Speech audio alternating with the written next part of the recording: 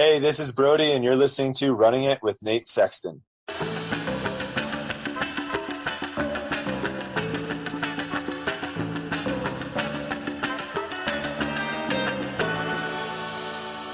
Hello, everybody, and welcome back to another episode of Running It with Nate Sexton.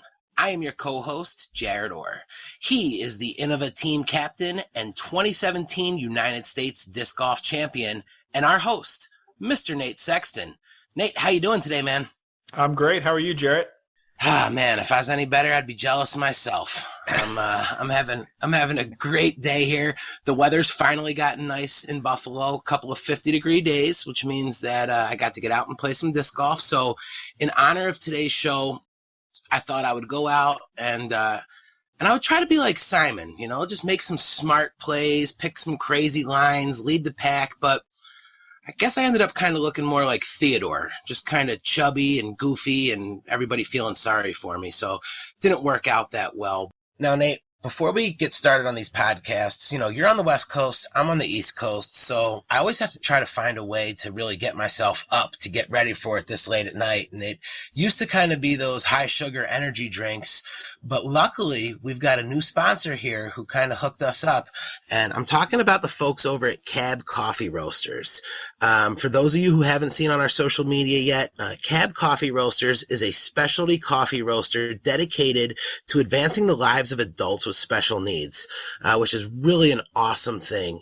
CAB actually stands for Cooper and Brooke.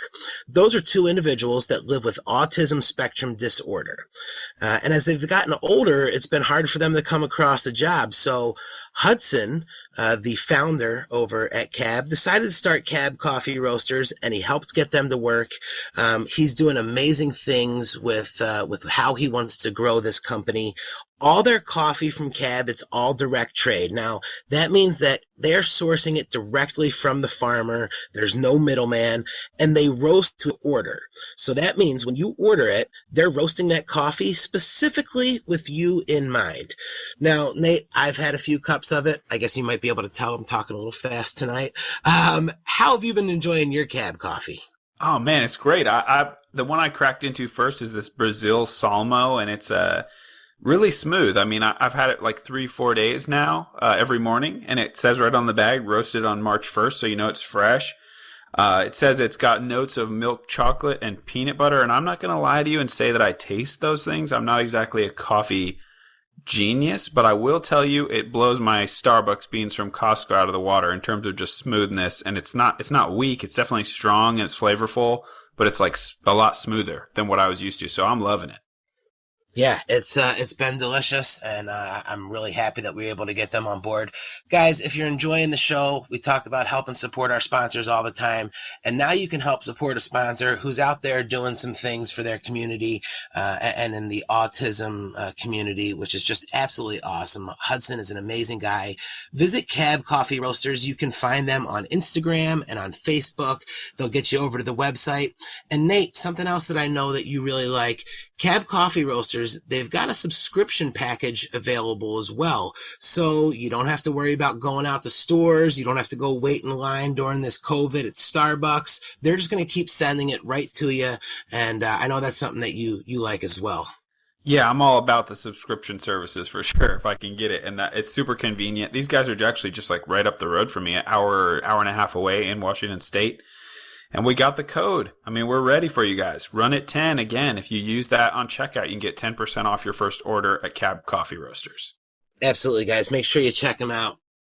Now, obviously, everybody knows that on top of having Cab Coffee Roasters, our go-to, our sponsor from day one, Fisher Disc Golf. Now, guys, I know you've heard me talking about them in every single episode. I don't know if you've had an opportunity to check out Disc Stacks yet, but it happens every Tuesday and Friday at 8 p.m. on Facebook and YouTube. It's really a cool concept.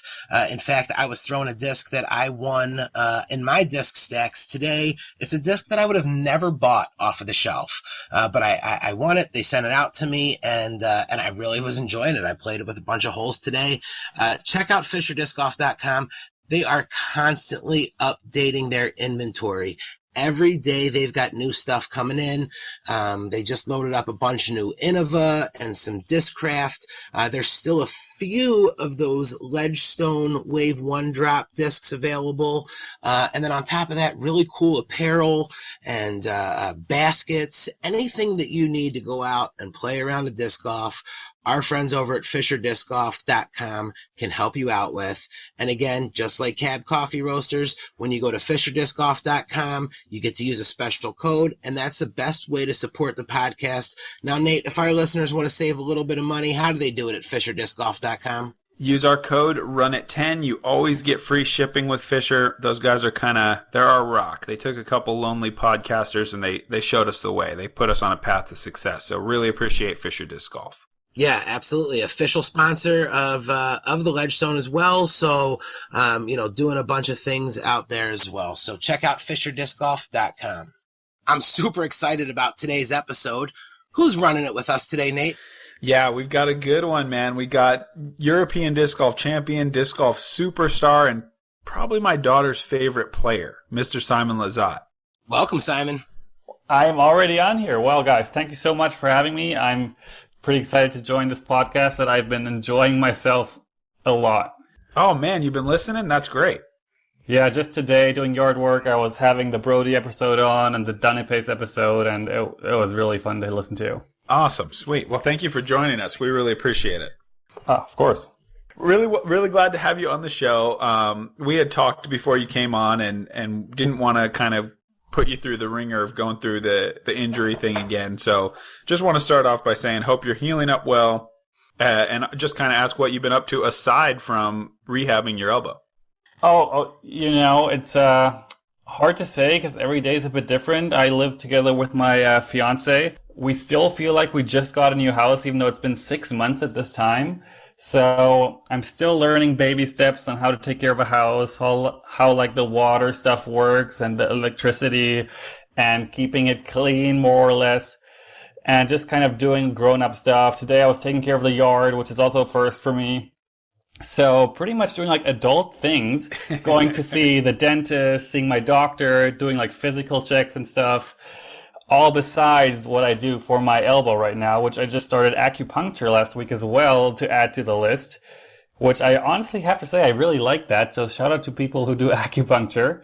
Nice. And besides those things for fun, number one priority for me and the new house with a pool table. I think everyone that follows me knows by now that pool and darts are like my big go-to things to do, which are unfortunately not great for my elbow, both of them. But they kind of told me, my therapist told me that as long as I don't feel pain while I do things, it should be okay. But I'm still limiting myself to like 30 minutes a day to not overdo it or try to make things worse. But I just can't stay off of it. It's like addictive to me to play at least 30 minutes of pool or darts a day. And besides that, Netflix and chill, you know how it is. Yeah, I definitely know that same life. I mean, I guess I've been in my house for a year and a half, and I still kind of have the same feeling of like, wow, okay, that's where the air filter goes. Like I guess you got to get back behind that wall and figure that out. So definitely a learning process. I was kind of curious with you being a new homeowner, and I don't actually really even know if it's any different buying a home as like a international, not a U.S. citizen. But for me, when I bought my house, did you run into problems with like proving that you have money even though you're a disc golfer? I did not really, because I've been lucky, or I don't know if it's luck. I've been working with Discmania for so long, and we did this huge, crazy, expensive, and complicated process of getting me an athlete visa, which I'm pretty sure I'm the only disc golfer ever to have like an official visa to be here and be a professional athlete for 5 years. And I remember the great time where I had to drive 7 hours from here, close to Boston, all the way to Buffalo, cross the, what's it called, Peace Bridge or something? The Peace Bridge, yeah. Yeah, cross the Peace Bridge over to Canada, do a U-turn, and come back to get my passport stamped that I'm now on a P1 status and not anymore on a visitor status. And the officer that gave me the stamp was like, I've been here for 12 years and I've never given anyone a 5-year visa. And I felt so special, and I was like, damn, this is really cool. And the officer that checked my visa afterwards just shook her head, and she was like, man, they give people visas for everything nowadays. And I was like, wow. And then I drove 7 hours back the same day. It was a crazy day. Don't let Nate fool you. When he walked in to the mortgage company, he just opened up a briefcase and had a bunch of those Las Vegas Challenge Sexton Firebirds in there, and they knew he meant business. Yeah, I'm going to tell you this, Jarett. The bank does not speak Firebird. They know a lot about currencies, but Firebird's not one of them. But yeah. Yeah, back to your question, Nate. I mean, I have the 5-year contract and the 5-year visa, so that stuff really helped. And my base salary with Discmania is like solid enough. Plus, I live together with a girl that works in biotech in a lab, and she did most of the work for everything that we had to do paperwork-wise and how to figure things out. So I honestly don't even know how we ended up with this house, but it happened, and I gave her everything she said she needed, and it kind of worked out at the end. That's great. It looks really nice from what I've seen. Ours wasn't like crazy, but definitely had to jump through some hoops just because they're like, wait, what's your job exactly? And yeah, just because they haven't seen that before. But aren't you? You're a dual citizen, Canadian and German, aren't you? Yes, yeah, always been. My dad is full-on Canadian, French Canadian actually, so he speaks French and English, and now also fluent German. So that's pretty cool. I'm pretty sad that they didn't teach us 3 languages when we were growing up. So it was only German and English. But my English has improved immensely over the last couple of years because through the whole German school system, it kind of suffered. I don't know why. Learning a language in school is just rough. You kind of just have to go travel and figure it out. Yeah, I think I did 2 whole years of German, and I got nothing. I got nothing left. I don't know, like barely anything. And I have a German stepdad too to help me a little bit. So yeah, it goes. You can learn it a little, but it certainly doesn't stick around unless you're out there exercising those muscles and using it. Totally, yeah. Man. So you said you're up by Boston? Is that where you guys settled?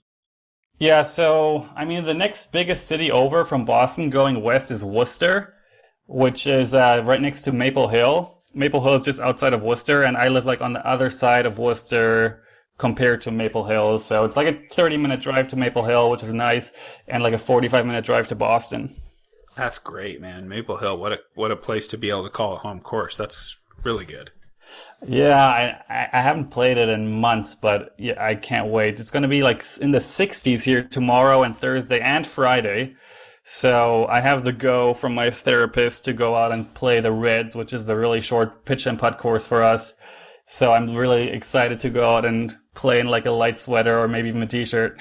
Awesome. Yeah, that's how Vegas was for me. I mean, like it is every year, but just to go there and be like, oh yeah, like you really can throw it a little harder once it's not freezing cold all the time. So it's always a nice wake-up call when you come back from, a little time off from the winter. Yeah, it's so nice. Also, every year that feeling doesn't go away. Like every year, It's just so nice to get back to warmer weather and take off those layers, and it's a whole different world.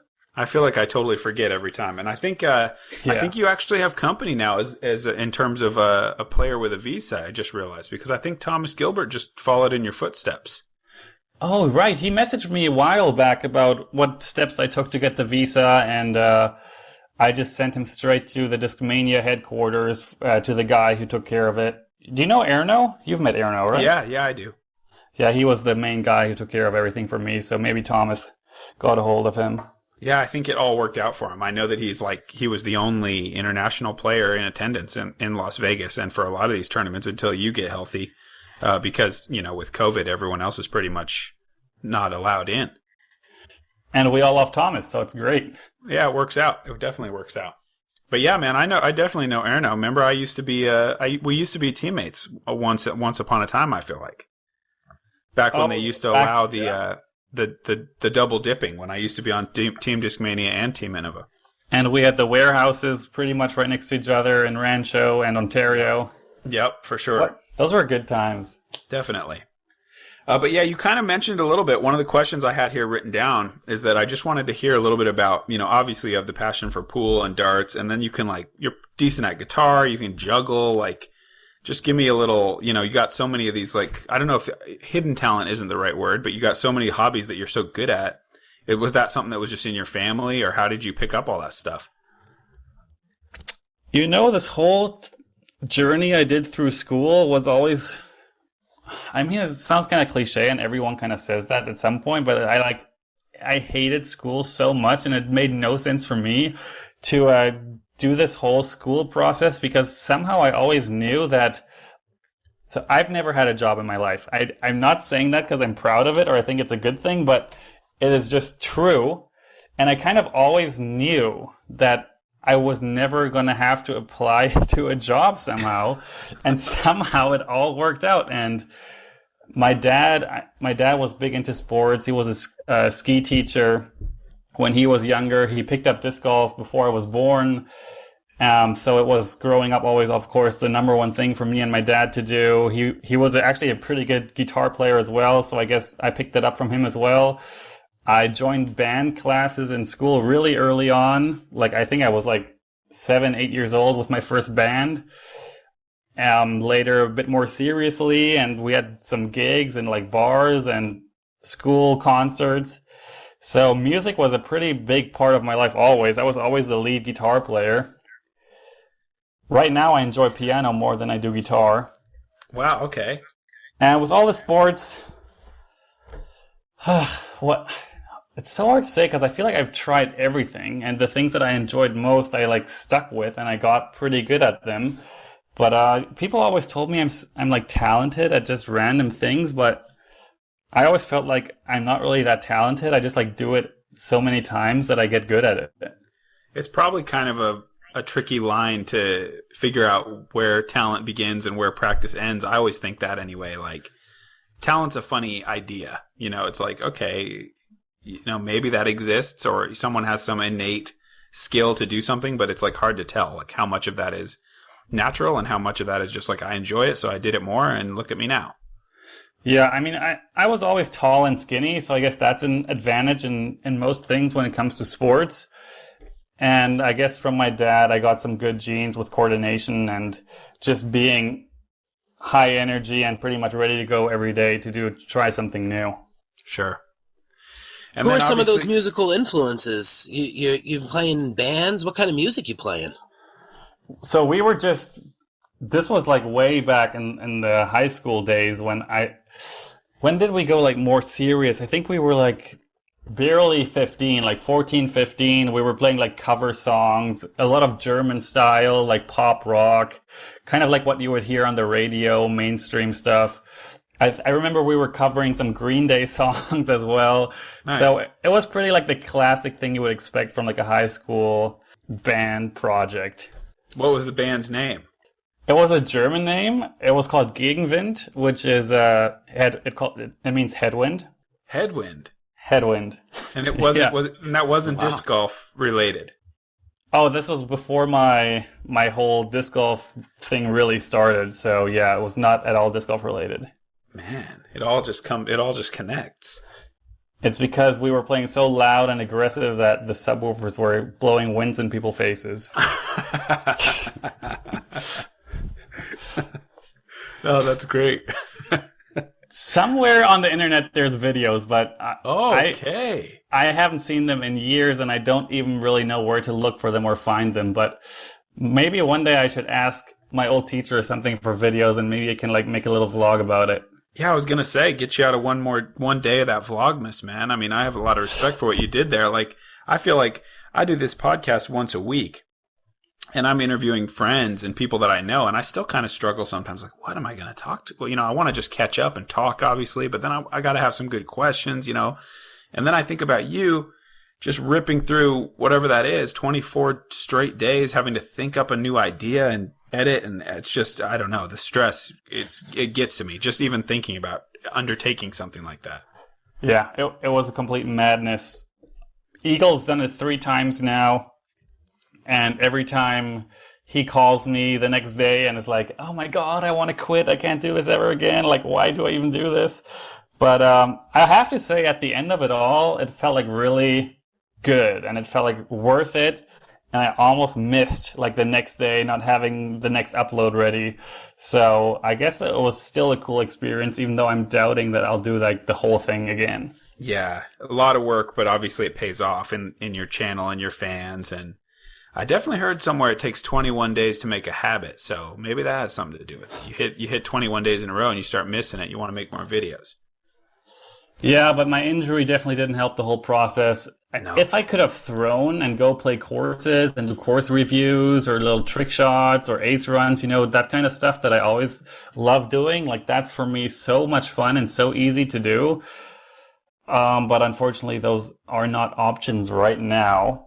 And coming up with other ideas that I find fun and that I find worth posting, especially now where the channel has like over 100,000 subscribers, and I really have to say I feel way more pressure uploading stuff, and I don't want to upload just complete random content that I don't think myself is very good. Obviously, it has happened that I upload a video that I don't think is great, but it's a tough question to know. Like, is a bad upload better than no upload? So it's kind of tough to find the balance. And yeah, my YouTube journey is definitely not over. And once I can throw again, and once the pandemic slows down, which I've read a freaking article yesterday that said 2023. What? And I was like, no way. And I was just pretty depressed about that news. But who knows? I'm just gonna say who knows. And I just know one day the YouTube is gonna be probably my main thing. Like in front of professional disc golf? Yeah. Wow. Yeah, it makes sense. I mean, eventually. So you did all those awesome YouTube videos where you were doing the rankings and you were rating the different players. You have anybody reach out to you and say, "Oh, come on, man, I was definitely a level 2, not a level 3." Yeah, good question. Pretty much every single video, at least one or two other pros reached out to me. Right now off the top, I remember Emerson Keith at least once. Eric Oakley, of course, every single video would complain. Who else? I forget right now who else, but at least a handful of other guys. So I think Colton Montgomery also, of course. My team that's close to me reaches out all the time. But I think everyone that knows me knows that those are very much not to be taken too seriously, even though I see their point that they get put on blast a bit in front of potentially like 50 to 100,000 people, and they want to be ranked properly. I was in the comments sometimes because I never got ranked because I wasn't in the top 32 of the DGPT thanks to the old COVID. So yeah, I was definitely in the comments like, "Hey, wait, forehands." I know. After every upload, I like face palm myself because I'm like, oh, I forgot to do like an honorable mention, put Nate Sexton in there. And every time I upload a video, I think to myself, damn, this could have been so much better if I just thought about it a bit longer. But that's kind of my style. I never really think about it too much. I kind of wing it. And then at the end, the product is mostly okay, but it always could have been much better if I actually put some more time and effort into it. Well, I mean, when you got to upload every day, and anyway, it's working because I mean, my daughter, you like I said in your intro, you've won yourself a fan just from us watching some vlogs. She always says, "Oh, what's my friend Simon doing now?" And she wants to see the videos, and yeah, we definitely love them. I'm curious. I don't know if this is gonna come right off the top of your head, and if it doesn't, that's fine. We can just kind of skip over this question. But I was curious, like, what video of all these things you've done, what's the video that like was the kind of like the least effort, like, oh, I don't even think this is good, and then it got a huge reaction, and then on the other side of that coin, the one that you were like, oh, I planned this forever, and then and I worked for days, and then it just kind of was like, it's okay. Oh, I wish you would have sent me a message going like, go through your YouTube so you remember all the videos you've ever posted. It's been so many, and I need like a fresh up right now of what I posted. It's cool. But no, I like the question, and there's definitely a good answer. I just have to think if I can come up with a good answer in the next 2 seconds. Well, we could skip to another question too, and maybe we loop back if you. Okay, let's loop back. Lightning strikes. All right. Well, I want to go farther back in time anyway. Back to, I think it was 2014. Is that kind of like deep in the game, Maniac RV? Is that the right year? My first year in the States, yep. Okay. And so you are coming in as almost like an unknown at that point, as in terms of like a disc golf professional, like a little bit, you had like, people kind of knew of you, but not much, right? Yeah. I mean, I'd say maybe 500 people in the world knew who I was. Okay. Yeah. So, yeah. And that counts like aunts and uncles. So, yeah, that's not many. Not many. You'd kind of be hard pressed to get under that number, I think, no matter what you're doing. But yeah, man. So you were with Avery, right? And you're going around, you're doing clinics and you're playing tournaments, and he's kind of showing you the ropes of like what the life on the road is like. Yeah. Okay, great. So for one, our listeners, one thing that I did warn you about that we need for our listeners is that we do a lot of asking about the very worst thing that ever happened in an RV. So if you have one of those queued up, we'd love to hear an RV horror story from those days. I know that RV wasn't really in tip-top shape at times, so I'm guessing you have some problem stories. Yeah. Okay. Yes, I do. But so right when you sent me that this question was going to come up, I reached out to Avery, Jamie Thomas, and Eric Oakley, which were my first 3 years, my touring partners. And I think the big thing about why people have these horror stories is because they are the people that have the responsibility to drive, to plan, and all this.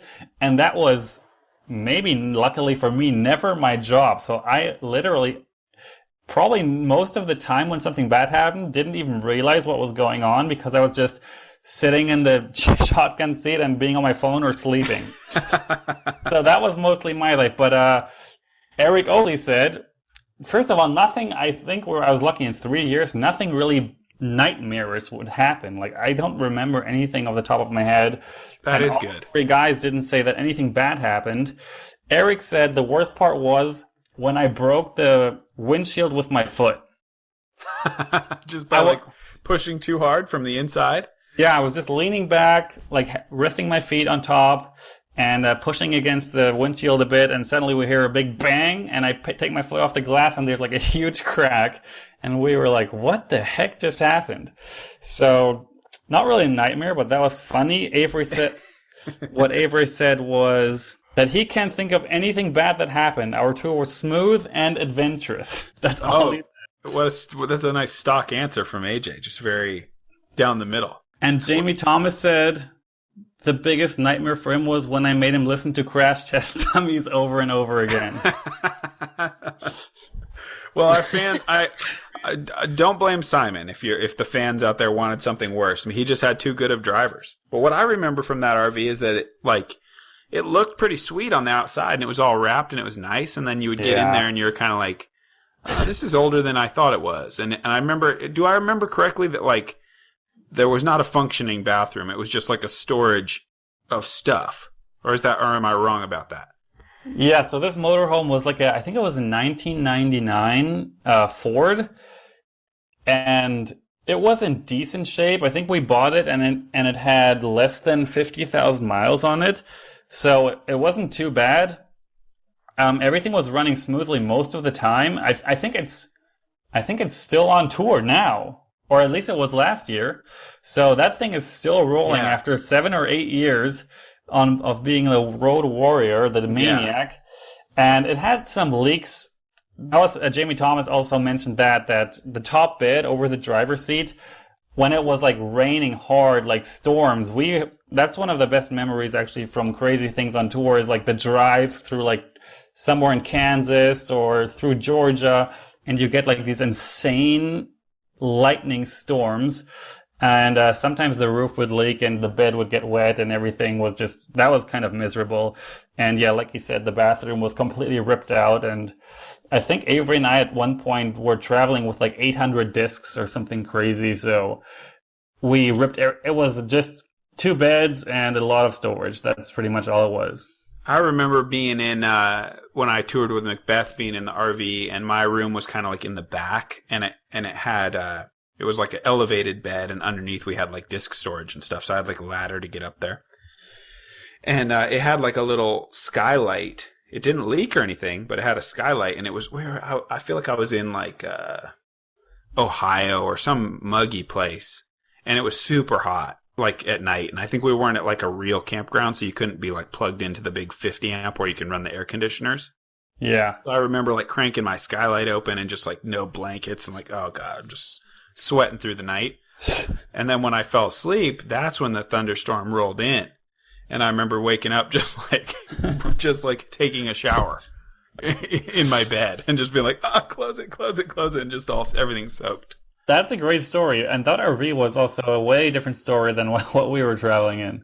Yeah, so it wasn't a leaky roof. It was user error. But yeah, definitely leaving the thing open because I was so hot, but then not thinking about the fact that maybe weather was going to blow in the middle of the night. That's what people don't think about with this road life, is that if it's hot out, you're going to have a hot night. And if it's really cold out, you're going to have a freezing cold night. And that's kind of just part of it. Yeah, unless you're planning ahead and actually like hitting a campground. But that's just not how it works a lot of the time. You're like, you've driven too far, or you've been driving all day. And it's like, are we really going to pay $60 just to pull in here at 1 a.m. just to leave again at 6 a.m? So you end up at like, somebody's driveway or truck stop or whatever, and then you realize, oh man, it's pretty hot actually. I was in the truck, it felt fine, and now that I'm back here, it is hot. So yeah, that is definitely an unknown, probably annoying part of that lifestyle. The best part about the hotel life is the AC and the shower. Yeah, for real. But yeah, man. So tell a little more just quickly about, what it was like coming in and following in Avery's footsteps and being, I think it's kind of incredible to think that was 2014 and literally 500 people maybe knew who you were. And it was maybe like less than 5 years until you're like maybe almost the most popular disc golfer in the world or getting close to it, Yeah, it was just insane. I grew up in a country where disc golf was barely existent. I think there were active less than 100 players most of my career in Germany. And we would be like the same 30 to 50 guys, and maybe a handful of girls at each event. And there were like 6 to 7 events every year. And it was kind of like just a get together and meet up with a couple of crazy guys and throw plastic around temporary courses that we set up for the weekend. And that's how I grew up knowing disc golf. That was disc golf for me. And even at that stage, I was like, man, this is like the coolest thing ever. A weekend trip with my dad, going to these random places, to these like parks where no one else goes to so we can play disc golf. No cameras, no galleries, nothing like that. I mean, the gallery on the final day would be the people that didn't make it into the finals. Yeah. So that was the coolest thing back in the day for me. Like I was like, one day I'll make the finals and people are going to watch me play. So yeah, then I started winning everything in Germany after a while. And of course, I knew at that point when I started talking to UC and Discmania, and I won the European Championships, that this could be a potential career for me. But besides, Marcus Shellstrom back in the day did like kind of an American tour. Yeah. And he was at least at a couple NTs, and he played Worlds over here a handful of times. And he actually finished in second twice, I think. Yeah, I think maybe Flagstaff and Wisconsin. Yeah, so he's probably the most successful European disc golfer at Worlds. My best finish is third. And yeah, when I first got over here, I just remember the exact day I left home. I went to the ATM machine to grab my cash so I could trade it into dollars when I got here. And I had for the first time in my life, I had over 1,000 euros in my bank account, which at the time for me, yeah. I was 21. I was like, holy crap, that's 4 digits in my bank account. I felt so cool. I'm on a flight to LA with $1,000 in my pocket, and Avery picked us up in a red Mustang, and we drove straight to the pier, Santa Monica Pier, and I just felt like, what is this? From like a little town in Germany to freaking LA beaches. It was crazy. And then the whole warehouse, seeing the warehouse for the first time and meeting everyone involved with Discmania USA and building that all up. And of course, the motorhome life at first it took me a long time to get used to the motorhome life. And I'm so glad I got that in my life, that I did that for 3 or 4 years. But it was never really, like, Avery's like a road warrior. Like, he can do it forever, and he loves it. He loves everything about it. And no matter what happens, he's living full life. And that was never really my thing. So I'm pretty happy with a home base that I have right now, which I only had a home base in the States starting in 2018, and my whole life changed. I was way happier, way less burnt out at the end of a year, and it was just really important for me to have like something that feels like a home to come home to, that's not just an old RV. Yeah, I think I'm in the same boat with you there. I definitely am glad to have had those experiences, but I don't really think back and go, oh man, if I could just get another RV and just be out there doing that again. I don't know. Definitely my life has changed a lot too, but I think I think I'm in the same headspace as you for that stuff. And I got to tell a quick Marcus Schallstrom story now that you brought him up. One of the great European players of all time, a Swedish player. And I don't know what year this was. I would guess like 2007 or 8 perhaps. Like, I'm a pretty new professional at this time, just been playing pro a couple years. And I knew him, and we were kind of, friendly, and we were on the same card at the Beaver State Fling, and we were starting on hole 4 on the west course. If you know it, Simon, it's like that 175-foot one on top of the little ridge, where you can, like, if you go off to the left, you're like in pretty big trouble, and it's just like a very, very short hole. Huh. Yeah, it's either way. I mean, it's like, it's number 4. The one on the stump that's like iconic is number 2, and then you climb up that hill and you play the really hard one through the woods, and then the really, really short one. But anyway. Yeah, it's an elevated tee, right? You're up on, you're shooting down. Is that the hole? No, the next hole is elevated, but this one is basically flat, but it's just really short. But either way, easiest hole. And we were getting ready to tee off. It was like before the 2-minute call or whatever, back in the days when we did shotgun starts. And he was joking about how, this hole is a par 2, because it was too short or whatever. And we were laughing. And then he was up first on the tee, and he throws, I think he might even throw one of those piranhas that he was famous for throwing, this super overstable, blunt-nosed putter. Mm-hmm. And he throws the very first shot of the round, smashes chains and falls out, and he just turns around and all he said was, par. And I thought it was pretty funny. After he told all of us it's par 2, and then he just blew the thing up, but didn't quite stick. He's one of the funniest guys you'll ever talk to, and he still plays, I think, and hopefully I get to play with him again soon, or at least see him at some events in maybe Finland or Sweden. Yeah, I would love to see him again. He was incredible. Really, really powerful, aggressive putter. Yeah, I remember being at that 2007 Worlds when he finished second to Nate Doss. I remember him taking a brutal spit out in the final 9 that really changed the complexion of that battle, and yeah, he was right there. I mean, it could easily have been a world champion. Okay, Nate, I have an answer for your question earlier. Oh, sweet. So, the video that I thought was going to be great, and I end up regretting so much because I think that was the video where I started where my elbow pain started. That video was called Table Skip Shots. Oh, I had a feeling that this had something, because that looked like it took forever. And the trick shots I did in that video looked so lame, and they were so hard to do, and took me, I think I threw 1,000 shots that day. I was out there for 3 hours straight, just throwing, and my arms started hurting, but I didn't want to give up because I didn't have a video done yet. And then I uploaded it, and it didn't get any views or anyone liked it. So that was complete waste of time, and it was completely horrible. It was blowing my mind, though, because just the fact that you were hitting the table. I mean, that's what I was thinking. It was like, yeah, 1 out of 50 shots. The table? That's what I was thinking. It's like, he's throwing hard enough. There's no way he's hitting the table very often. And then, so yeah, okay. I'm not surprised. If anyone would have watched me film that video, they would have just shook their head and be like, what is this person doing? How is this real life? Because no one stands there for 3 hours trying to hit a stupid table and make it in the basket for 1,000 tries in a row. That was just so dumb. And injure himself for the rest of the year.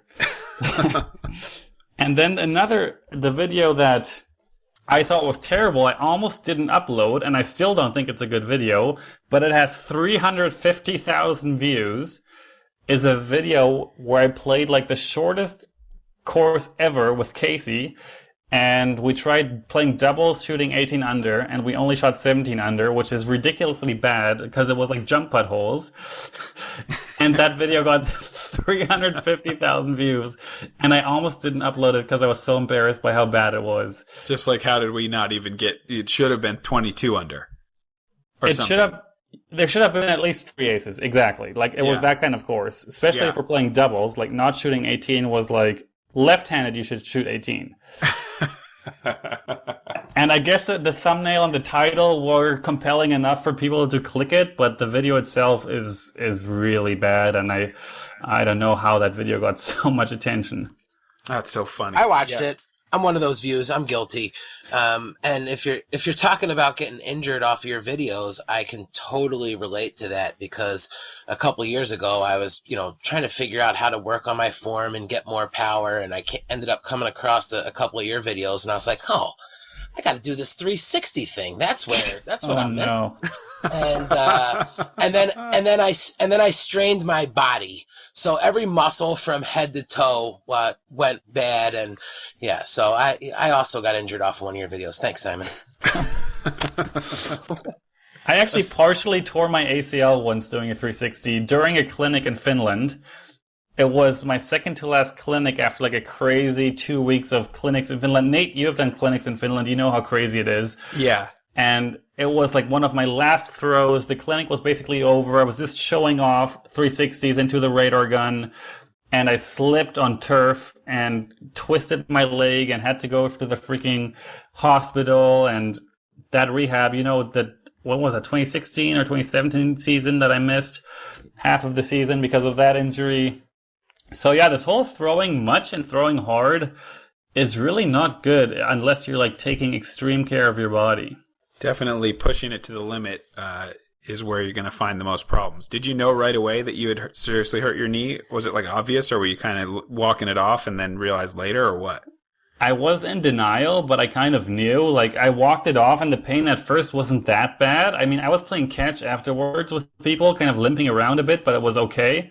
Yeah. But at the next morning, I woke up and I was like, "Yeah, this is real bad." Wow. Yeah, that's unfortunate. Well, I want to kind of circle back to the state of German disc golf, because I'm sure you've talked about this before, but I don't think you would have any argument in saying, that German disc golf is sort of lagging behind the curve with some of the other countries. And even though there's kind of a lot of like seriously good German professionals, I just wonder, in your view, like, what's it going to take? Like, when are we going to get to play a big tournament in Germany? What's the barrier there? I've been out of that scene for like almost 8 years now, and I think I've played less than 10 tournaments in Germany in the last 8 years. So honestly, I don't really know. The quality of players is definitely not the problem. No. I think the problem is, I don't think we have one great course that is anywhere close to a potential Pro Tour or Silver Series or anything like that, or European Tour or whatever we could do. But I know that we have people that are super into it, that are good at organizing stuff and would do all the TD work and find volunteers and sponsors and all that stuff that you need to run a good tournament. I think we're lacking a good course, a property where we can even build a good course, because, you've been to Germany. The size of Germany is not that big, and we have over 80 million people, and public parks are super restricted with safety rules and, what do you call it, like nature protection stuff? Yeah. Like, what do you call it, preserves? I'm not sure. Yeah. So it's just really tough to find the room for a disc golf course, because everything is pretty much used or protected. How much ball golf is there? Ball golf is pretty good, but from what I've heard, I don't know how it is now after the pandemic, but golf has been dying, I think, worldwide a bit, but especially in Germany, I've heard. And in Germany, it's always been like an old person sport. Like, even more so than in the States, from what I've noticed. Like, if I go to a golf club in Germany, it is literally over 90% 60 plus people. That seems like the perfect time for disc golf to come in there and get the layout on the side, like we do in the US, where you get the dual purpose. I really hope so, but that's maybe only my personal experience, and I could be totally wrong, but from what I've learned is that golf courses are like super, what's the English word? Like they feel like superior to others. Sure. Hoity-toity. I think that's true. I think that's true even here, but I mean, if at a certain point, if it's like you're losing money, so you might want to try this, maybe young people will come to your course.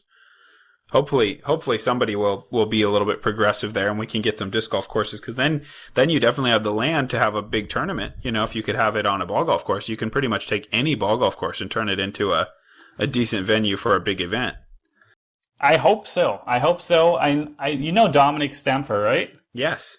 I know he's starting a new podcast with another German disc golfer, I think tomorrow or Friday. And I hope they talk about that kind of stuff. It might be in German, so you probably can't listen to it. But once I have more info about what's going on in Germany, disc golf-wise, I'll definitely let everyone know. Nice. Okay, cool. Yeah, because I just feel like it'd be perfect, and I want to go there and play. It'd be fun. Dude, I miss home so much. Germany is so cool, and it's really... People don't realize how freaking different it is. Like, how different you think Germany is, that's how different I think America is. Like, it's just so different life. Give me a few examples. What were some of the biggest shockers for you coming over? Number one has to be the food. Number two has to be the way people drive. That still drives me crazy to this day, that the lack of knowledge on how to drive properly. I mean, I don't want to sound like I'm the greatest driver ever, but I think a lot of people feel like they are good drivers and aren't actually good drivers. But I feel like at least I went to school for like 15 weeks, because that's what you have to do in Germany to get your license. And I know all the rules and I know all the etiquette.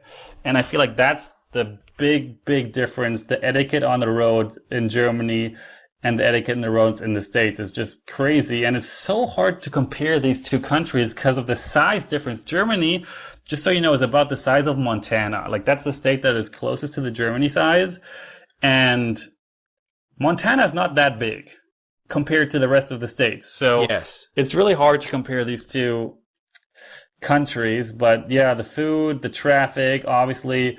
The one thing I like two things that come to mind right now better here. I like English better than German as a language. I think it's much easier to express yourself in English than it is in German.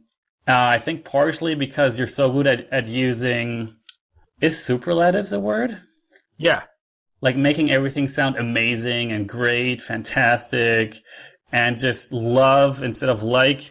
In Germany, it's kind of more like we like stuff, we don't love it, and we think things are bad, and we don't hate it. So it's just, I really like the English language and how easy it is to express your feelings here. And the other part is the beer culture. In Germany, it's so deep engraved, of course. German beer, I guess, has like a famous history and background, and it is very good, and I definitely love it too.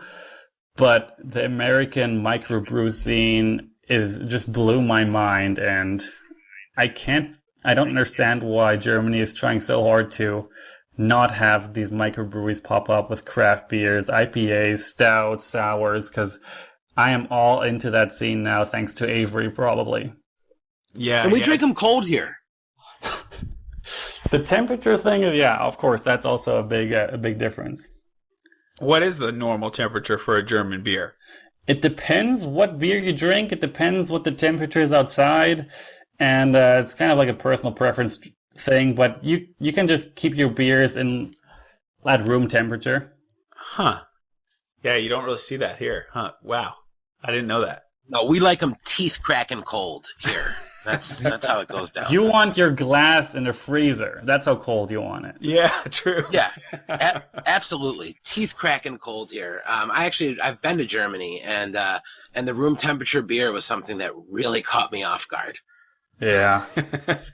I have to bet that people that go to Germany expecting amazing beer have to mostly be disappointed. Like, it's really, if you compare it to the different flavors and options America has, like, German beer is like pretty much anywhere you go, the beer will taste very close to the same and pretty low flavor profiles. But I guess the history and the story behind it and everything is like German beer, I guess. Especially if you're like at Oktoberfest, of course, it's a whole different meaning.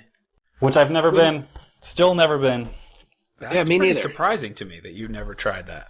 I'm 'Cause I not guess- like I a guess guy you that just- likes big party or big tents with thousands of people inside of them and crazy drinking. It's really not my style. I enjoy one or two beers every now and then at night, and that's about it. I am not really the guy to go crazy parties. I'm just sort of surprised Hedwin didn't kind of play the Oktoberfest. Then everyone would have had many, many more too many beers. Well, that's a good thing for the Oktoberfest guys. I mean, they Yeah, should how have about seen the that. vendors? Oh, should have been that's a ready. great idea. You know, moving on from that topic, one thing I got written down here that I got to talk about, give the guy his due, is a friend of ours, your teammate, Eagle McMahon, as of today, number one rated player in the world. And after my time away during COVID, coming back and watching him play in Vegas, I feel like, I don't know if you agree with me, but I feel like he's kind of like annoyingly good right now, where it's kind of bugging me how good he is. Do you feel the same way? I felt that way about a couple players on tour, but Eagle, it doesn't really annoy me how good he is because I know him so well. I know we talk behind the scenes a lot, of course. He calls me a lot, and I know everything that he does to be that good. Yeah. And he is a freaking maniac. Like I knew this from pretty much the first couple of weeks I've known the kid, and that how mature he is for his age and how people compare me and Eagle all the time and see a lot of similarities, of course, but we couldn't be much more different people or players, really, unless, well, we both throw far, but that's pretty much all that is similar to both of us, and we're tall and skinny. Yeah. But, besides that, personality-wise, and what our disc options are in our bags, and what we choose on different shots, we couldn't really be much different. And we went to the boot camp in Switzerland together, which was kind of like the Kickstarter for him to take working out more seriously, looking even more into nutrition than he already did. I mean, he's been a lifelong vegan pretty much. So, yeah, his health and his drive to be the best that he can be is beyond anything that I've ever felt or seen in other people. I don't know about Macbeth, probably has similar thoughts and training rituals like Eagle does, but Eagle is a freaking madman, and he trains harder and more physically and mentally than I ever have, than I probably ever will, than probably anyone else on tour does. And he doesn't practice much disc golf, but he practices everything outside of disc golf that makes you a good disc golfer so professionally and with hard work and discipline.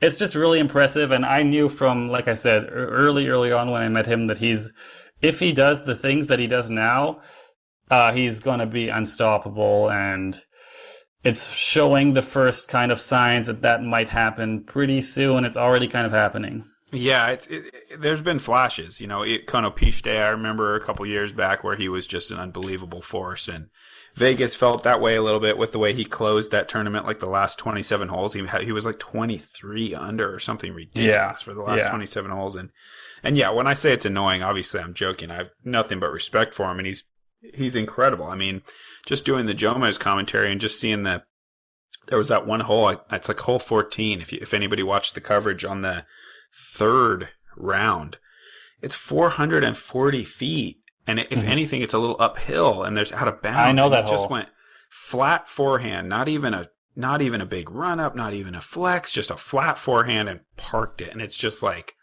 wow, like, no way I'll ever do that. It's just incredible to be able to go just a flat golf shot 440. Never thought I'd see it. Nate, he has all the physical skills you need to be a great disc golfer, but I think almost more importantly, his mental game and the stuff he's working on with coaches professionally, like real mental coaches and sports therapists, like he will take things to the next level just by knowing, like literally how to breathe. Like that's step one. Yeah. It's going to be exciting because it's like he has this incredible story going now and career where it's like, what is he? He's 22. He's only freaking 22. And he doesn't feel like a new guy. Like there's other guys who are 22 that you're like, yeah, those young guys, and you don't even mention Eagle among the young guys anymore because it's like he's just one of the guys, and it's like then you remember, whoa, he's only 22. Like that's the same age as all these guys that feel like they just showed up, and he's been like already great for a while. And man, does he have?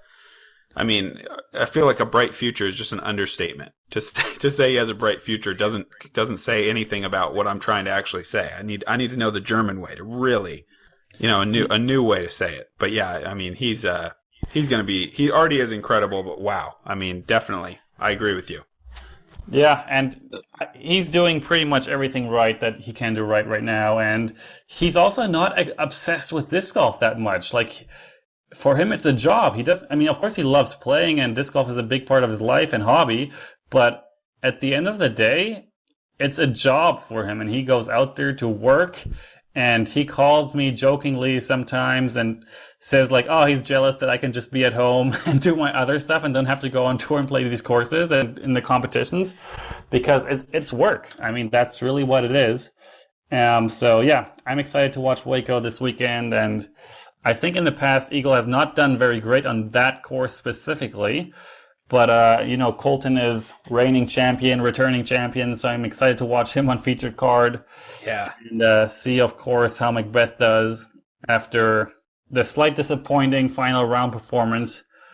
So yeah, I'm just super excited to tune in again because I'm a full-on disc golf fan, and I've probably watched, like many other disc golf fans out there, every disc golf YouTube video there is on YouTube. Yeah, and I mean, I know you must be really excited about the commentators they got lined up on Disc Golf Network for Waco. When did I hear that? I heard it kind of recently when you talked about that. I forget where you announced that, but somewhere, I think it was in the Brody episode. Oh, you did talk about it at the Brody episode. Okay, so I was like, yeah, that's so awesome. I thought Ian did a great job, and I really like Ian, but Nate is going to be a pretty awesome team. We're going to have Ian, too. Wait. It's going to be Ian, Nate, and Nate. Triple. Oh, I didn't catch that part. Yeah, get ready. You guys get like a really cool 9 Inch Nails logo, NIN. Yeah, that works. T-shirts made. Yeah, it's going to be Ian, Nate, and Nate for the men, and then Ian, Nate, and Val for the women. That'll make it way better, and I'm excited to watch. I'm excited to be a part of it. It's going to be fun. Sweet. Well, cool, man. The very last question I've got on my list here that I guess I might as well ask before we move into some fan questions, a little bit disconnected from what we were just talking about, but I was just wondering, how important do you think it is to live or at least full-time tour in the United States as a European to have any kind of shot at the very, very top level? Do you think it's possible for a guy to kind of like play Euro tours and get there, or do you have to pretty much come to the U.S. and put down your roots here, at least for the whole summer? I think anything is possible, and it really depends on how your life situation is outside of the actual disc golf playing. My biggest regret from looking back at my touring first starts and first couple of years on tour was that I pretty much always had a girlfriend back in Germany, and that kind of ruined the whole experience for me because I was like missing home. I wanted to go home. I can do like 3-4 weeks away, but I don't want to be like 12 to 16 weeks away. So I guess if someone can kind of like disconnect a bit from family and friends at home and kind of like focus on what they're doing here easier than I could, I think it's definitely possible to come here for a summer and freaking kill it. I mean, yeah. I'm excited to watch Albert and how he develops. I know he has a lot of potential. And other than that, for me, it was definitely the thing I had to do is start my own home, family and friends kind of over here to feel comfortable and less burnt out and less homesick. That makes sense. It's kind of an advantage you don't think about with all the most of the major competitions being here, and then you get to, you kind of think, oh yeah, get over here, just tour. But yeah, to not have the option really even of going home without it being this huge multi-week, multi-$1,000 production to go over the ocean. I mean, that's a tough thing. It really is. Like, those flights back and forth to Europe, like, I was doing like 2 or 3 round trips to Europe and back like every year, and maybe it sounds a bit weak, but those get exhausting. And I sometimes felt like I was on a constant jet lag, even in the States, jumping back and forth time zones all the time. It gets very tiring, especially if you miss home, you miss family, or even like a girlfriend. Then man, I did not always enjoy the tour life. Well, yeah, I mean, thank you so much for answering those. I know we probably have a big old backlog of fan questions, right, Jarett? Yeah, now we've got a ton of fan questions for Simon, but we do a lot of different things here on Running It with Nate Sexton. So with Simon joining us today, we had a special request from a fan who sent in an audio question looking for a little bit of relationship help. So let's listen in, and you guys can maybe react to this and tell me what you think. Hey, Nate. I'm not sure if you can help me. I am concerned that I've lost my boyfriend to disc golf. He's been talking in his sleep, saying things like stroke, birdie, and big sexy berry. At first, I thought he was just babbling. Then I started wondering if there was another woman. I did what any girlfriend would do, and I broke into his phone. I found his YouTube history was filled with nothing but disc golf videos. Everything, from instructionals to pro tours to documentaries. After confronting him, he expressed that I would always be on his lead card, but now, if I don't refer to right or left directions as Anheuser and Heiser, I am instantly corrected. If we go to kiss, I am reminded that I need to follow through. It seems like I'm always on the chase. I thought our relationship was stable enough, but now I feel like it's being thrown directly into a stiffer headwind. Things are much higher than par, and in my mind, I keep hitting the same first available tree. I want us to be running it, but I feel like I'm losing my grip. Do you have any suggestions on how to put this in the basket and save our relationship? The last thing I want is to turn this into a no-mez. I just need our relationship to be a flow-mez. Thank you for any advice. Wow. That was good acting. I mean, I hope it was acting. But man, that was great. Whoever sent that in, thank you. That was amazing. And let's see, advice. Where to start? I mean, you can take it from us. I mean, it's okay to say left and right. Simon and I will give you approval for that to the boyfriend. You don't need to go that deep. We can kind of back off there, I think. Maybe meet in the middle. What do you think of that one, Simon? You got any tips for her name was Tamara? I'm sorry, I don't know if I'm pronouncing it right, but what do you think? Maybe it's just time to find a new boyfriend? I am first of all very impressed with that story and the way that was put together, and I enjoyed that so much. And if that girl actually wrote that, then that guy better hold on to her because she's funny and seems smart.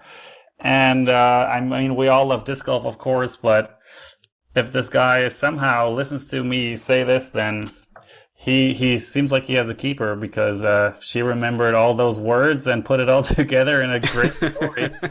So it was awesome. Yes. I guess he should. Damn, I can't come up with a good pun, but that's Nate's job. Man. We've got a bunch of fan questions here, real fan questions this time, Simon. So do you mind answering a few of those? Yes, please. Okay. Jarett from Buffalo wants to know, What was the first big thing you bought when you got that sweet, sweet Discmania money? A car.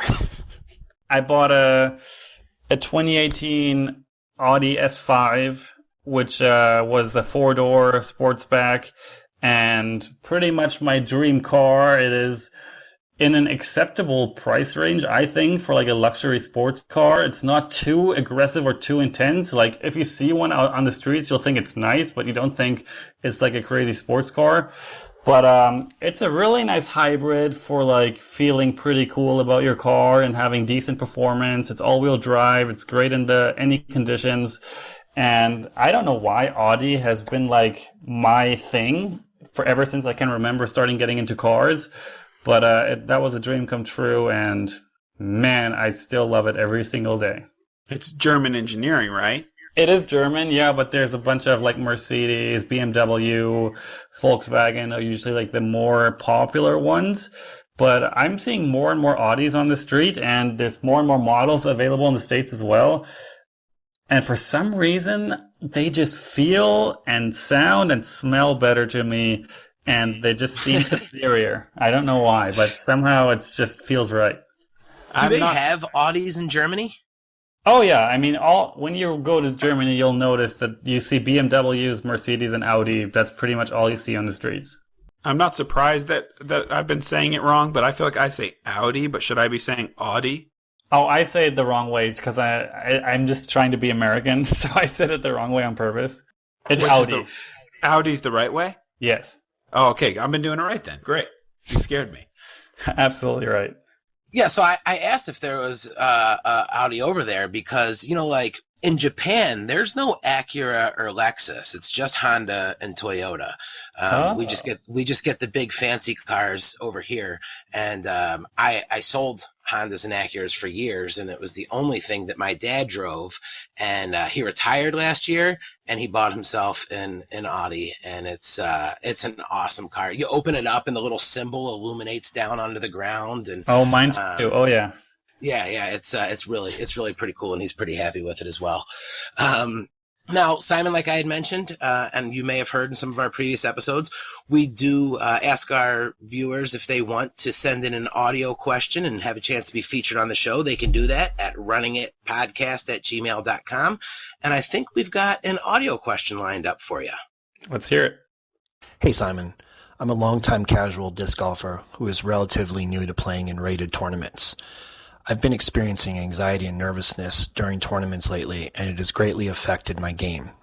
What advice would you give to someone like me to help overcome that and be able to focus more on my game? Thanks. Okay, I think you talked with Brody about this similar question, talking about tournament nerves.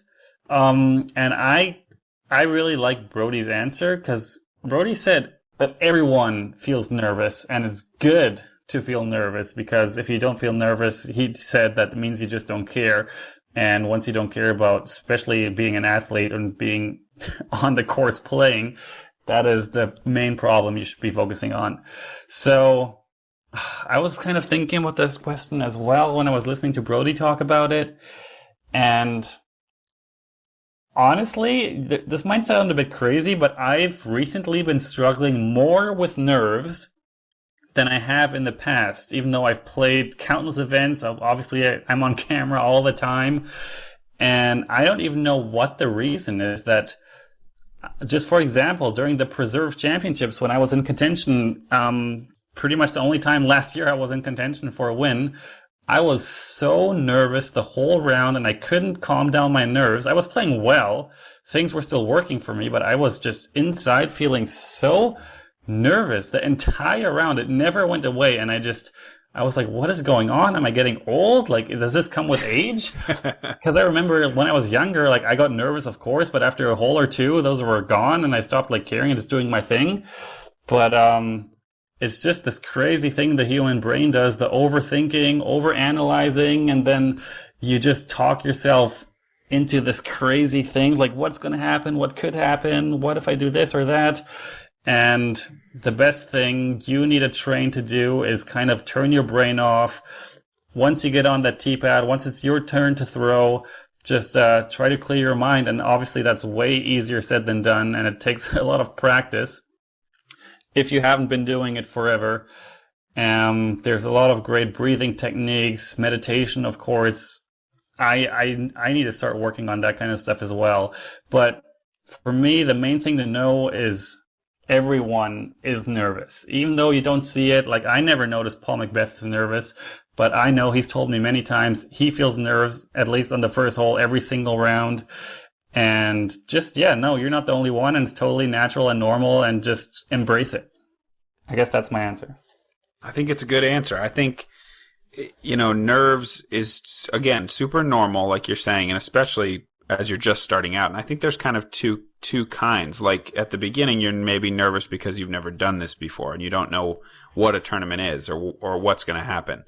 But then later, and I think this speaks more to like when Simon is feeling nervous or when Paul's feeling nervous or when I'm feeling nervous, nerves are like a result of like expectations. And if you believe in yourself and you want to do well and you're like in a position to achieve something, then you're going to have nerves because there's consequences to your actions and whether you succeed or you fail in a certain situation.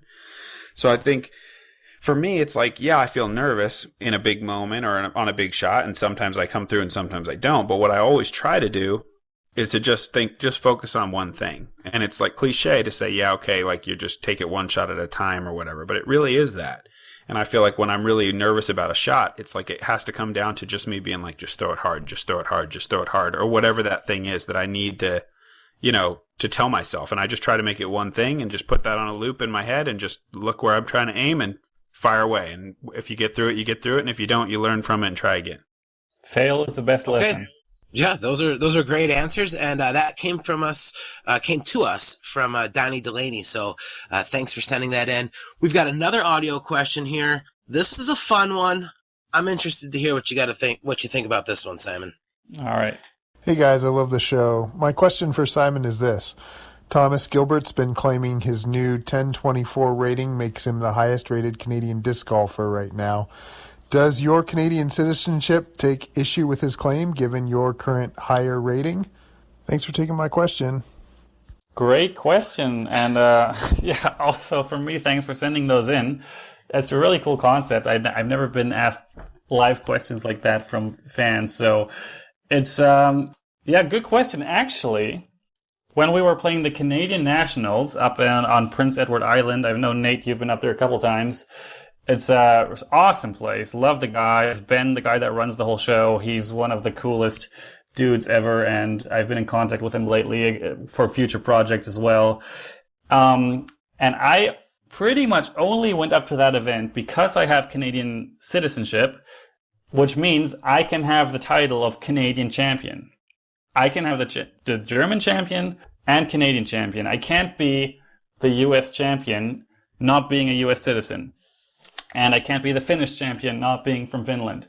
At least that's how I always took it. So I drove up there expecting that if I'm the highest finishing Canadian, I will get the title of Canadian champion. But once they did the awards, and they didn't tell me until they did the awards, they announced the new Canadian champion was the guy that finished one place behind me. And the reason was because he lives in Canada. I was like, you got to be kidding me. I drove all the way up here, and I didn't win the tournament. Who did you win that year, Nate? I did, yeah, I think. It was one of I forget. 2 years in a row you won, Nate. Yeah, I've only ever won. If I was there, I won. Oh, okay, so you definitely won then. So I didn't win the tournament. That was where we played this first round, and I got this crazy quadruple bogey 8 on this one hole where I tried to go over the top, super Sky Anheuser. Yes. And I still ended up finishing in 4th or 5th or something, but I was still the number 1 Canadian, technically Canadian, with a passport. But they didn't give me the title, and I was kind of bitter about that. So to answer the question, I think if you break it down by law and rules, I should be the highest rated Canadian because, according to reality, I am Canadian. I 100% agree. Thomas is way out of line, and I hope he listens to this show and he hears it. You're out of line, Thomas. You're number 2. Thomas, delete that post and make a post congratulating me. Yes, that's the only fair thing to do. I like it. And that one came to us from Ben. Well, you know what? Since you like these audio questions, we have a bunch of them. Let's do one more audio question for Simon. Sweet. I'll start by saying I'm a big fan of both you and Simon, and the personality you both bring to the sport through commentary, vlogs, and now this podcast. Whether it's showing up Big Germ coupled with witty banner, or rooting for Simon's elbow recovery. I really love you both, and I wish you both the best in all of your future endeavors. Now, I discovered the sport 3 years ago, and I remember my local courses being fairly sparse of players, but last year with COVID-19, I feel like the sport exploded in popularity. Did you both ever think it would get as big as it has, as quickly as it did? Also, Simon, any news on new tilt drops, new runs? I only throw Discmania, so, I'd like to know. Thanks, guys. Wow, we have a player. I like it. What was the first question? Did we ever expect disc golf to explode that fast and the way it happened? Absolutely not. I never thought it would take a global pandemic for the sport to grow the way it has. I didn't even know a global pandemic was freaking possible nowadays. But that just tells you how educated I am about pandemics and history, I guess. But no, it's absolutely crazy. I never expected it to go like this. Nate, I think in the Dunapace episode, you talked about the growth of disc golf and the history of how it went slow and steady, and you talked about the same kind of thing. Yeah. And I agree. I thought it would just keep on keeping on. And I'll let Nate answer the question, then I go to the tilt question. Yeah, definitely didn't see it coming. Totally surprised and incredible, and we need more courses, like soon, because all the parking lots are full, and it's crazy. And I heard a statistic, and it's not like official, but just based on numbers and sales data and stuff, that possibly as many as 40% of active disc golf players started in 2020. And that is just, if that's true, it's unreal. 40% of the players total, all in 1 year. I don't know if I believe that stat, but wherever you got that from is probably more educated than me. Yeah, I don't know that it's like super official, but it was coming from Innova's internal kind of like thoughts about production, and just like, man, the demand is so crazy, and just there's nothing official about it, but just based on the sales. Yeah, I mean, we at Discmania, it's been madhouse, and that brings me straight to the tilt, which was just another drop of those last week after Eagles' win, which was kind of controversial, and I read a lot of kind of confused, almost like bitter comments under that release, because we kind of celebrated Eagles' win with a Lizotte disc, which seems questionable, but the reality is that we are so deeply out of stock. And we happen to have these left over because we didn't make all the mystery boxes that we wanted because we didn't get enough boxes. So we had I don't remember what the exact numbers was, but we had a pretty good size of tilts left that I didn't even know of before UC called me right after Eagle won and said, hey, we're going to release these for Eagle. Are you okay with it? And they called Eagle and said, are you okay with it? And we were both okay with it because there's no other options. There was that or nothing. So we chose that. And I know that Latitude is working on the next run of premium plastic tilts. I know the plastic for the ones right now is a little weak. And if you hit a rock or a hard tree, then it's pretty easy to get a pretty good chunk of it out of that plastic. Does that even matter, though? The thing still flies the same, right? It only really matters for grip issues, because you get significant chunks out of it, and the rim will become sharp and pointy, or has big dents in it. So it doesn't change the flight. It almost, Tomas, the designer, said that he thinks the more you break it in, the more overstable the disc will get. So it's just a whole different mold. That's also the reason they had so much trouble molding the disc in the machines, because the machine is not used to a shape like that, and they couldn't get the plastic out of the mold without bending it. Wow. So it's been a whole different challenge. They've tested multiple plastics now, trying to make it work, and I'm not 100% sure, but I'm 95% sure that they figured something out for a way better plastic that is much more durable for, I think, an early summer a new run of tilts. But again, I am not 100% sure on that right now, but we'll get you guys updates as soon as we can.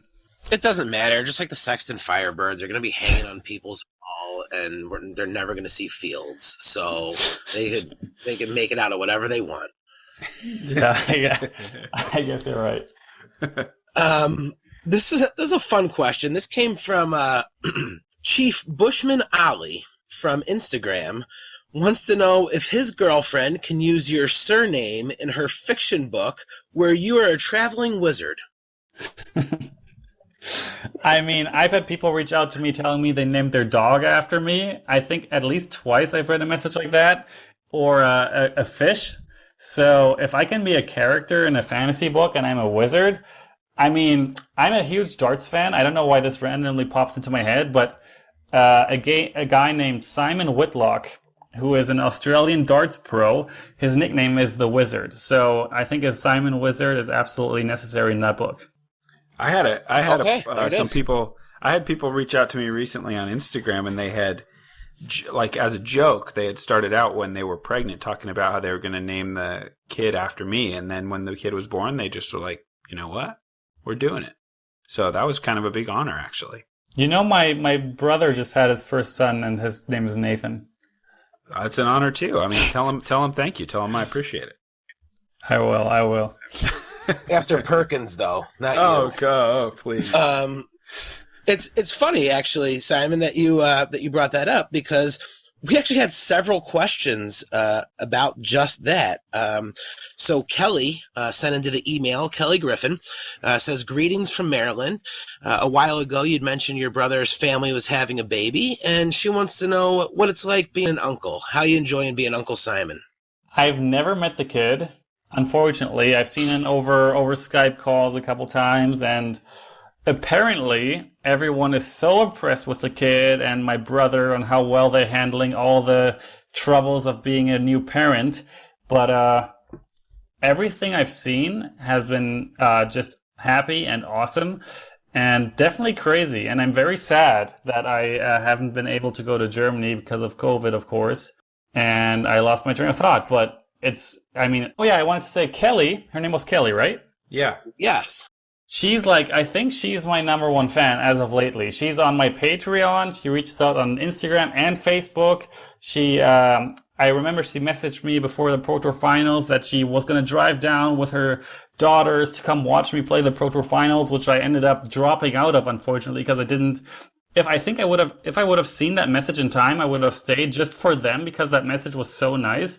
They sent me a Christmas gift for my Vlogmas stuff. And just huge shout out to Kelly and the family for the huge support, and I really appreciate it.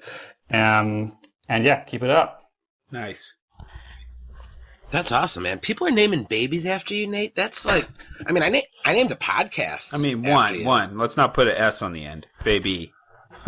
Named baby. All right. Okay. Fair enough. One baby so far. Well, maybe Simon's brother. The jury's still out on whether Simon's brother was inspired. So it could be two. I remember when Paul signed a baby. So yeah, that was crazy. Yeah.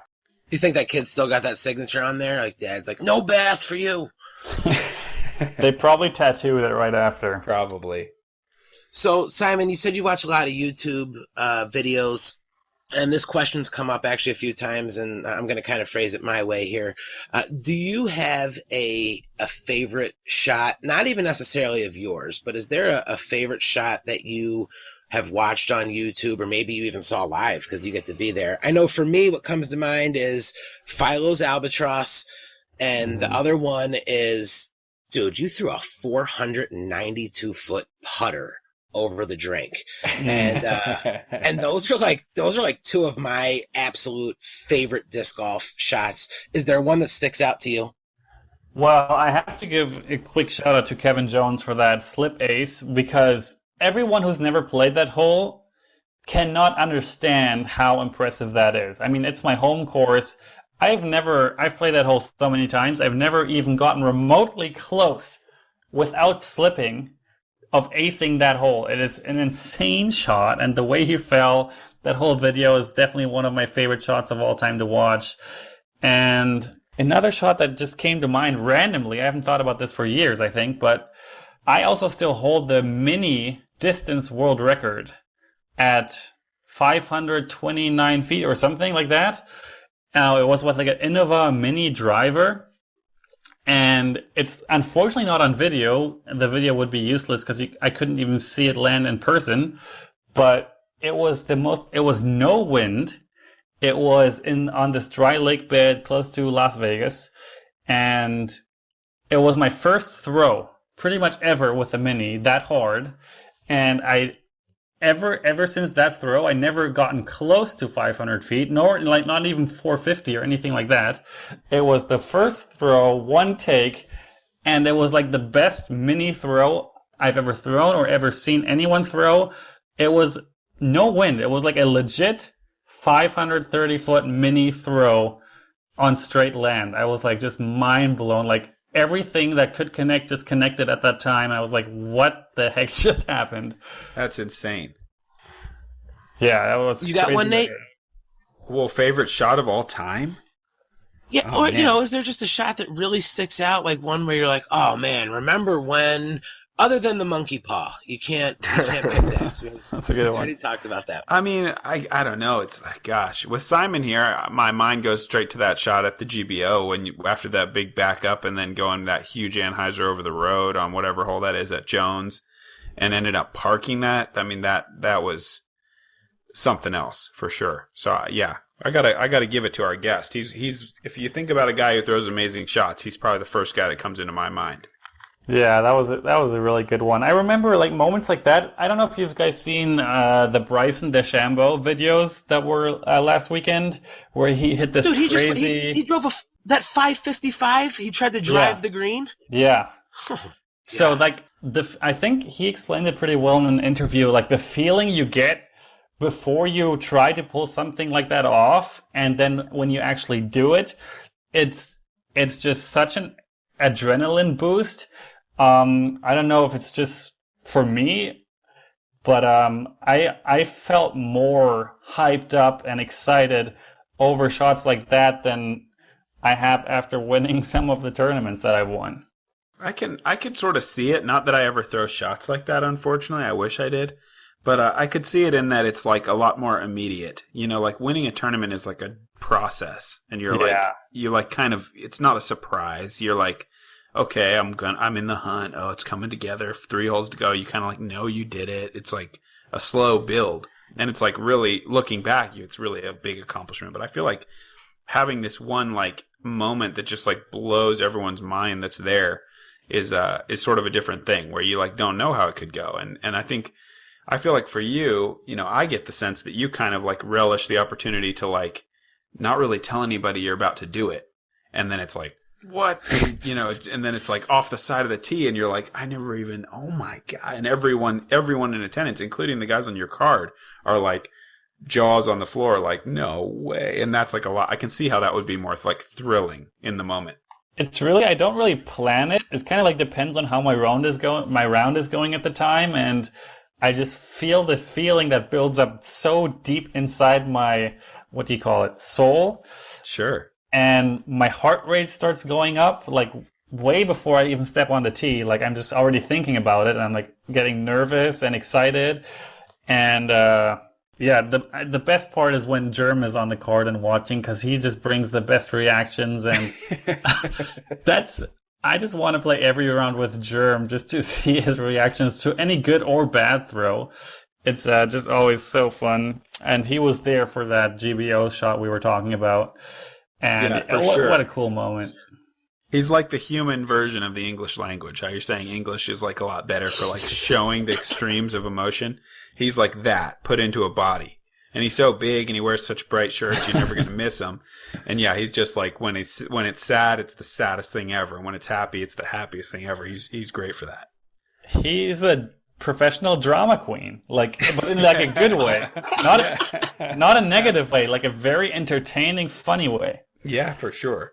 I got 2 more that I want to hear you go over.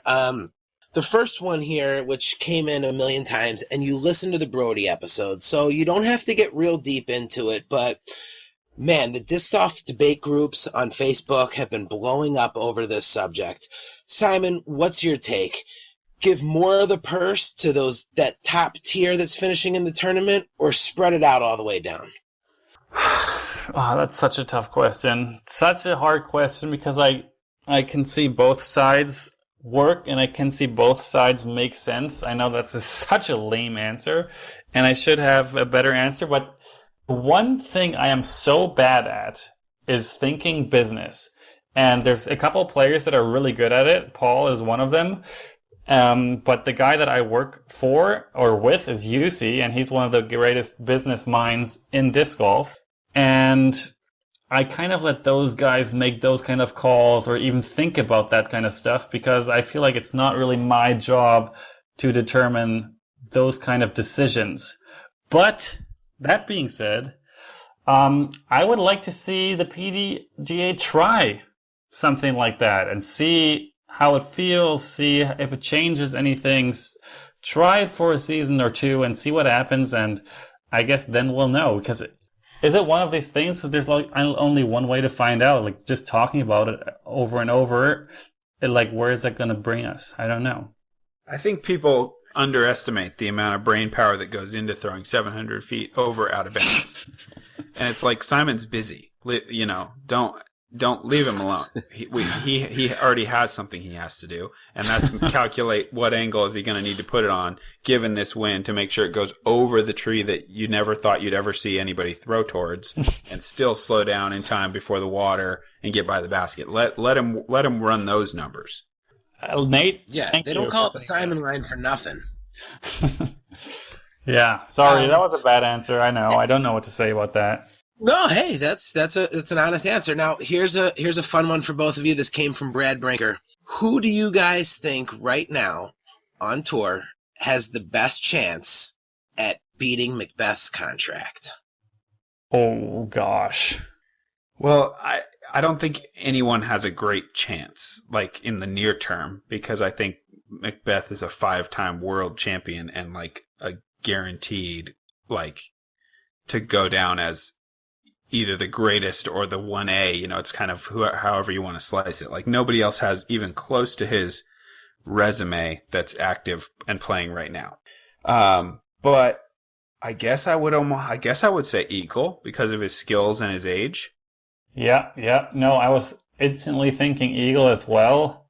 Paul just hit the freaking wave of a lifetime when he did that Discraft switch. And everything that could fall into place kind of fell into place for him. Obviously, he put 15 years of really hard work into it, and he kind of made it work for him. But, man, he outplayed, like Yussi always said, he took all our lunches. He took all our lunches with that move, and it worked out. And, I mean, under the players, we kind of know. We don't really know all the numbers, but we kind of know what everyone makes-ish. And no one's close, and no one is going to be close, I think, for the next 5 years at least. And who knows after that? Paul's going to be 36 at that time or something. Eagle's going to be 27. And if disc golf keeps growing the way it is, if way more fans start showing up, if more views, if more sponsors get picked up, then I see maybe less than a handful of guys, but somewhere in that range, probably start breaking the 7 figures a year. Yeah, that would be amazing. And I don't see it going backwards. And I think it's going to be one of those things where Paul was the first one. But I think with the sport continuing to grow, I think that seeing some of these younger guys, Eagle, Calvin, even yourself, Simon, I mean, you guys are going to be looking at some big growth in the bank account over the next, 10, 12 years. Yeah, but $1 million is a stretch, at least for the next couple of years. And I'm fine with it. It's like Macbeth deserves it. He's oh, no doubt. It doesn't bother me that he's making over double what anyone else is making, and maybe over triple. Hard to say, but it's well earned. All I can do is tip my cap to him. He's a friend, and he's achieved an incredible thing, and it's I'm not bitter. It's if anybody's going to make that money, it's got to be him. Yeah, and it's probably, I think most likely it's beneficial to pretty much any disc golfer that Paul has announced it and is showing everyone what is possible. Oh man, I mean, I think in a lot of ways, Paul getting out of my way and letting me become the Innova team captain is kind of the best thing that ever happened to me. There you go. Paul's the man. Yeah. Well, again, it's I know exactly what you guys are saying, but I remember it was like 1988 or 89. Mario Lemieux signed the first $1 million contract in the NHL, and everybody was like, "Oh my God, that's crazy! And we're not going to see that kind of money." And now it's like they give you $1 million if you make the farm team. So things grow fast, a lot faster than people expect. I think 5 years is fair. I think, in the next 5 years, I'll say at least one or two other guys are going to be at that level, but who knows? Hopefully it goes faster and maybe I'll be a millionaire next year. It depends if somebody goes on a tear. If Eagle can win 2 or 3 world championships in a row, good luck paying him anything less. It just matters how the sport goes. If somebody can dominate, they're gonna have earned that paycheck. Well, Simon, this is usually the point of the show where I let our guests go ahead and plug their websites or their YouTube pages, but I'm pretty sure everybody that's listening has been following you on YouTube already. Again, like I told Brody, I should probably be asking you to promote us because your social media game's on point, man. But for those who may not know, where can they check you out at? Do you have anything else going on? Anything you want to plug or pitch? Now's the time, man. Yeah, so I'm trying to work with the Pro Tour a little bit because I'm stuck at home and I have this awesome friend.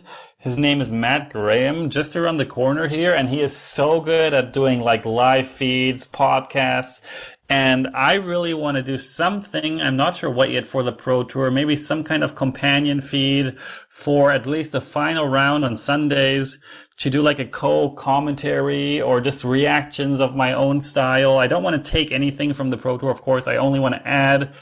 And hopefully we can make stuff like that happen.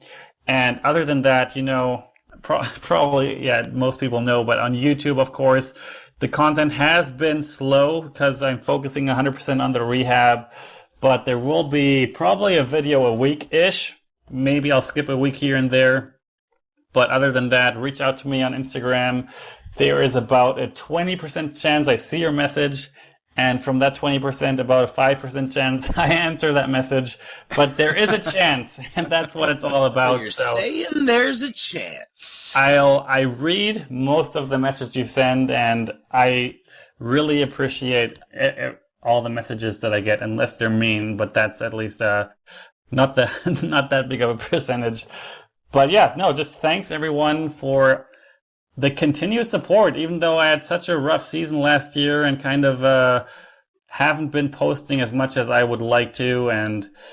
But I'm still doing my best, and you can find me on Facebook, Instagram, and YouTube. That's pretty much it. Quick shout out to Matt Graham, Nick and Matt Show, and Kids Disc Golf. Good dude. Oh yeah, he's really cool. Yeah, Matt and I have been talking a little bit on Facebook, and I just told him that after the big Macbeth announcement on the Macbeth Foundation that they're keeping me on my toes, so we have to come with Simon. We got to bring the Sky God to Running It with Nate Sexton to make sure that we can stay head to head with them because they do a great show over there. Love those guys. Yep. Well, thanks a lot, Simon. It was really great having you on, and obviously wish you the best. I hope the recovery goes even faster than you expect, and we can see you back out there as soon as possible. Dude, I'm tuning into the Disc Golf Network. Everyone needs to subscribe. The content is bigger and better than ever, and so worth it. And I'm excited to listen to you on the commentary, see how that goes. Good luck. Thanks, man. All right. Thank you so much, Simon. It was great chatting with you, man. See ya. All right, Nate, that was another amazing guest that you got set up for us and for the listeners. It's funny, I always say for the listeners too, but it's like I get to sit back as a fan and listen to Nate Sexton and Simon Lizotte talk life and disc golf too. So pretty cool for me. Simon's just an awesome guy. Yeah, he's one of a kind for sure. Again, it's like, a lot of these guys are my friends, but it's like, when do you ever really get the time to just have a one-on-one conversation with your buddy Jarett kind of hanging around in the background with your own friend, and like actually ask questions you've been thinking about? You're always just kind of in passing or talking around the practice basket or whatever. But I'm really liking the opportunity to kind of dig a little deeper and hear some stories from all our guests. Yeah, it's been a lot of fun, and we know that you guys have been enjoying it. Remember to hit that subscribe button wherever you're listening to this podcast. Go ahead and hit that 5-star review if you think we earned it. If we didn't, go ahead and hit that 5-star review anyway, and we will earn it in the future. We promise. Reach out to me, and we'll figure out how to make the show better for you. Nate, so you are going to be doing some commentary for Waco coming up. Now, I don't want to put you on the spot because I know they're all your friends, but any early predictions for going into Waco? Well, I mean, Big Germ is a 2-time champ. You know, I got to root for the big man. I don't know. It would be some kind of feat if he could pull it off. But I know he's got great memories there. He's won 2 different playoffs to win that event. So obviously the course suits him, and that's what I'm looking for. I'm looking for Big Germ to come in there and make a splash. I don't even know why I asked. Who else did I think you were going to say? Yeah. I don't blame you at all. So, looking forward to hearing you on the call. Are you excited to do some live commentary? Yeah, really excited. I mean, I love working with Ian. Nate Doss is a great friend of mine that I haven't seen in way too long. I haven't even seen his brewery yet. So to get to go down there to Bend, to work with those guys, and Val as well. And I'm just excited to watch live disc golf and be there right on the call and, see the top level competition right there as a fan and as a commentator. It's going to be great. And we're all looking forward to hearing you on the call as well. Guys, thank you so much for joining us. Another awesome episode with Simon Lizotte. Again, if you guys have questions, you can always email them into runningitpodcast@gmail.com. You can find us on Instagram at Running It with Nate Sexton. He is at Frisbee Nate. I am at Jarett or 222. Guys, don't forget to check out our awesome sponsors for this week's episode. I'm talking about our friends at Cab Coffee Roasters. Find them on Instagram, Facebook. Give them a like, a follow, a share, doing amazing things. Cab Coffee Roasters. And of course, you guys already know about FisherDiscGolf.com. They are really doing amazing things to make sure that we have all the discs, apparel, and everything we need to get an awesome round of disc golf in. FisherDiscGolf.com, Cab Coffee Roasters. Thanks for sponsoring the show. Check them out. And remember at checkout, use code RUNIT10. And just because you listen to Nate and I, save yourself a little bit of money off your first purchase. Now, Nate, we had an amazing time here. Simon likes to throw those crazy shots, which is perfect fit for us because I know a lot of people are out there laying them up. But here, we got to run it. And I feel like, honestly, I could almost even lay it up today because Simon has run it enough for a couple lifetimes already, and he's still a pretty young man. So no matter what I do today, we're running it on the show. Consider it ran. We'll see you guys next week.